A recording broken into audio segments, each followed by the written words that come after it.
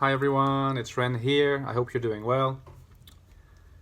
Well, today I'm going to be doing a bit of rambling again, and the chosen theme to start things, because I guess it's always good to have at least a theme to start with. It's going to be authenticity. What does it mean to be authentic to oneself? What does it mean to lead an authentic life? It's a question I often ask myself. It seems to me that in order to live authentically, it's not necessarily good to ask oneself too many questions. You have to sort of follow your calling, I guess. But then that means that you need to identify what the calling is. So there is a form of thinking, unless you feel the calling instinctively. At least in my case, it seems to me that being authentic is not necessarily something that can be measured at the micro level. And by that I mean that I think it's possible to be authentic whilst at the same time relating to others in a way that is intended to please, for instance, as long as at the macro level you really remain true to yourself. And in this case you can see that I'm trying to also maybe emphasize the fact that whereas introverted feeling, the Fi function tends to be the one that is most associated with authenticity, I very much think that authenticity can be something that's associated with extroverted feeling. So the question becomes, is authenticity something that both relates to extroverted feeling and introverted feeling? Or is it rather something that is neutral with regards to these functions? Is it perhaps something that does not really have anything to do with functions? I think that the answer here is probably that it is neutral. That there is no authentic function, or that there is no function that increases the chances that one will be considered to be authentic.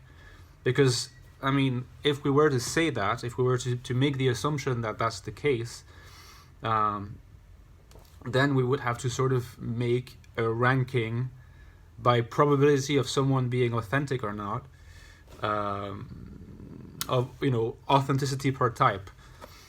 So if we're to imagine that like an Fi dominant is the most authentic, we'd say, well, most authentic people are INFPs and ISFPs, and then if Fe dominants were the least authentic, we'd say that ENFJs and ESFJs were the least authentic. And I think in moments when we are angry, or when we are feeling strongly about something and we're sort of not very clear-minded, it can be sometimes tempting, it can be sometimes an anger relief to think in those terms. Obviously these terms are not correct. And I think they come from the fact that we have not really defined what authenticity means. It's a very difficult thing to define what it is. And like the way that I understand it, as a person who is often called authentic, there's many things that I've been called that are both positive and negative. But the authentic thing tends to recur often in a way that surprises me, because it is not something that I try to cultivate. And perhaps precisely because I do not try to cultivate it, it comes across more naturally. The way that I understand it is when you do not try to pretend, when you do not try to pretend at the macro level.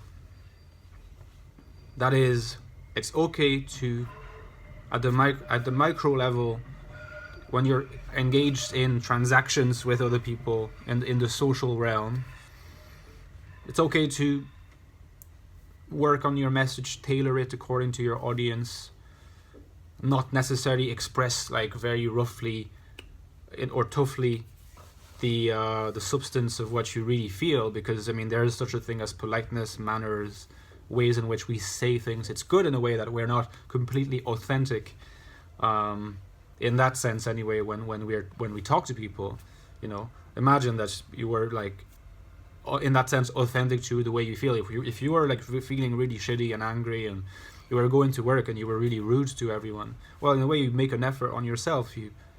You feel a certain way, but you still try to show an exterior to people that is pleasant. I personally prefer it because it's also a mark of respect. But then there is the macro level, and the macro level to me is really the locus of authenticity as I understand it. And so it is not so much in terms of each of your individual actions and relationships with people that you don't present. It's more in terms of the matrix that congregates and combines all this universe of moments, of transactions, transactions has a bit of a technocratic sound, but anyway, you know, the relationships, exchanges with people, everything that you do in life, you know, what links it together, the driving force, and at the same time the sort of web that links everything together. Is that a web? Is that a combining web that is dominated, at least to an extent, by pretending, or by not pretending, by letting itself proceed as by its own movement, as opposed to by the movement that is kind of dictated by what you're expected to do. So not what you're expected to do in terms of atomic relationships, individual relationships with others or with small groups. I think in these cases what you are expected to do is partly something that should be taken into account. Expected to be polite, expected to be respectful, these different things. Because that's, you know, also what Orwell would have called common decency. You know, I think it also is something that makes us human. But at the level of this matrix of the way that you lead your life, or the way that you proceed in life, at the level of your life with a capital L, if you like,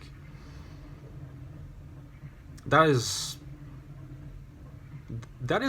a domain where I think the accepting crime, right? Accepting crime and the things that hurt others, right? So of course we have to accept immoral things from that domain, but if you leave aside all the stuff that's not moral to do or immoral, there's a great deal that we could perceive as being expected of us that actually we can perfectly not do. And I think that the more we resist doing it because we're expected to do it, whereas it's not really what we want to do, what we feel like doing, the more authentic we are. In that sense, I think that authenticity is a term that has sense and that deserves being used, and it deserves being used, you know, in part as a compliment for other people, you know, as something that we say about other people that is useful, you know, for them to know, for others to know that they are authentic. And it's a difference that, for example, in my own life, I really see. I would not really consider myself to be necessarily like hyper authentic at the level of each individual relationship, in the sense that I tend to, and more with age, act while taking it into account what is expected of me rather than like my own mood at a particular moment. But when I look at at the whole thing from the perspective of my own life, I do less and less of what is expected of me in a way. Not necessarily that I do less and less, but I'm expected to have a career, and I do not want to have a career. I'm expected to have a job, and I quit my job. Now, I probably will apply for a job later this year, but I want to give myself a break, and I will just do that, regardless of the expectations that may be placed upon me, directly or indirectly. And I really look forward to that freedom, and I could not care about having like a classy apartment and fitting the bill in certain respects, having those criteria that are expected of you by maybe my age, of what your house should look like, or whether you should be owning something, or whether you should, whatever, something that I very much resist. And in fact, I've come to a point where I'm really asking myself, like, is office work really for me? I'm not going to be contented with just being like half satisfied by it. It's not I need to feel passionate about something. This is part of the authenticity again. I need to feel passionate about something in my life. If that thing does not make me passionate, I cannot stick to it. And it doesn't matter if I'm earning well and that I might end up, or I probably will end up earning less in the future. I could not care. I really could not care. It's not what matters. Matters is what I feel like doing, and this is what I'm going to do. Now, of course, you have to make compromises, and you might say, well, a compromise, in a way, it's reneging on authenticity. It depends, of course. One wants to live comfortably and has to take into account that you need to earn money. Otherwise, you're kind of depending on the state. At least in France, that's how it works. And living a life of authenticity whilst at the same time relying on the state, I mean, it could be seen as paradoxical. Maybe not. It depends on how you look at it, really. But that's not necessarily what I want for my life. And then if you take into account that maybe one wants to have a family and to be able to be responsible for one family means earning, means, these different things. And so these are compromises, and maybe they won't even necessarily have to be compromises. But when authenticity is something that is important for a person, there are lots of questions that end up having to be asked about which compromises am I willing to make and which compromises am I not willing to make. And I have to say that in my case, there's a lot of both. Some compromises I'm not willing to make, and other ones I'm willing to make. But there is this constant questioning inside my mind, do I really feel like doing what I'm doing? Like, am I happy with this situation? Am I just going to accept this situation because it's relatively painless, even though it's not super pleasurable? Am I going to be happy with engaging in this relatively painless situation because once I'm freed from it at 5 or 6 in the evening, and then I can just forget about it, plug off and focus on entertainment, having fun, seeing my friends, loved ones, and living according to this kind of weird dialectic between what you don't really feel passionate about, but it gives you structure, so you do it even though you don't really like it, and then the free time, so the opposition between unfree time and free time. Well, I think that from what I can see around me, the majority of people subscribe to that, and it's okay with them. Personally, it's not something that I can subscribe to, and I do not really want to live a life in which I think about free time versus unfree time, or even necessarily of a work-life balance. I think, in a way, a work-life balance, it's a good term. It's useful because it's useful because it emphasizes the importance of having a balance and a workplace that promotes that balance. At the same time, you draw a distinction between work and life, and if my life could be about also having a work that doesn't really make me feel like I have to work, even though I don't really like it and I would rather do something else, I would much rather just love my work and, of course, make time for my loved ones, but always be enjoying myself and feeling satisfied and feeling fulfilled when I'm working. Hence the fact that I'm about to enter in about 2 weeks into a process of reflection about what I want to do next. And that was my little piece on authenticity. How do you guys relate to authenticity? Let me know in the comments, and I'll talk to you soon. Bye bye.